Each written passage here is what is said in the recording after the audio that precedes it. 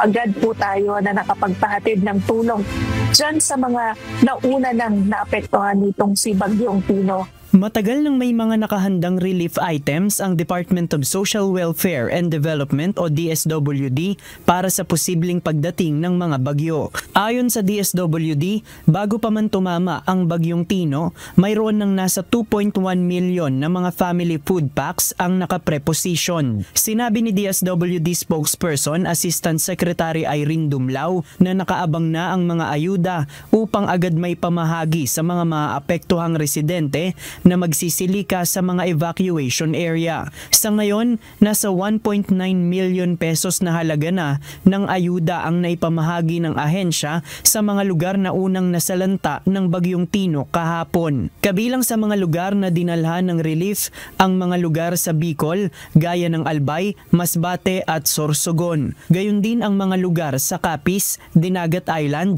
Surigao del Norte at Surigao del Sur. Sa ngayon, patuloy na minomonitor ng DSWD ang sitwasyon sa iba pang mga lugar na sinalanta ng bagyo ngayong araw, partikular sa Visayas Region kung saan mayroong malawakang mga pagbaha. Tiniyak naman ni ASEC Dumlao na may sapat pa ring ayuda sa Cebu na una nang nabigyan noong tumama ang malakas na lindol. Hindi naman po naapektuhan ng isinasagawa natin na humanitarian action and disaster response sapagkat nakahanda nga po ang DSWD. Araw-araw po tayo nagpo-produce ng ating mga family food packs. Samantala, bukod sa pamamahagi ng ayuda, tinitiyak din anya ng DSWD na maaayos ang mga evacuation center at mayroon itong sapat na pasilidad para sa mga vulnerable sector.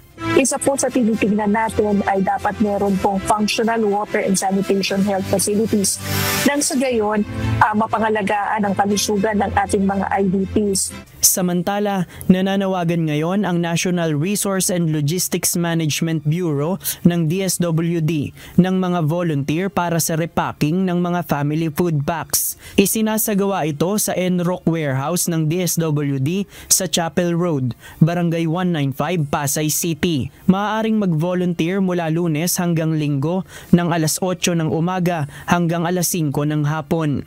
Mayroong dalawang shift na pagpipilian ang mga volunteer. First shift ay mula alas 8 ng umaga hanggang alas 12 ng tanghali, habang ang second shift naman ay mula alauna ng hapon hanggang alas 5 ng hapon. Sa mga nais magparehistro, maaaring kontakin sina Christine Sacramento at Maria Sharali sa mga numerong 0993-495-5458 at 0969-179-5117 o mag-email sa volunteers.nrlmb@dswd.gov.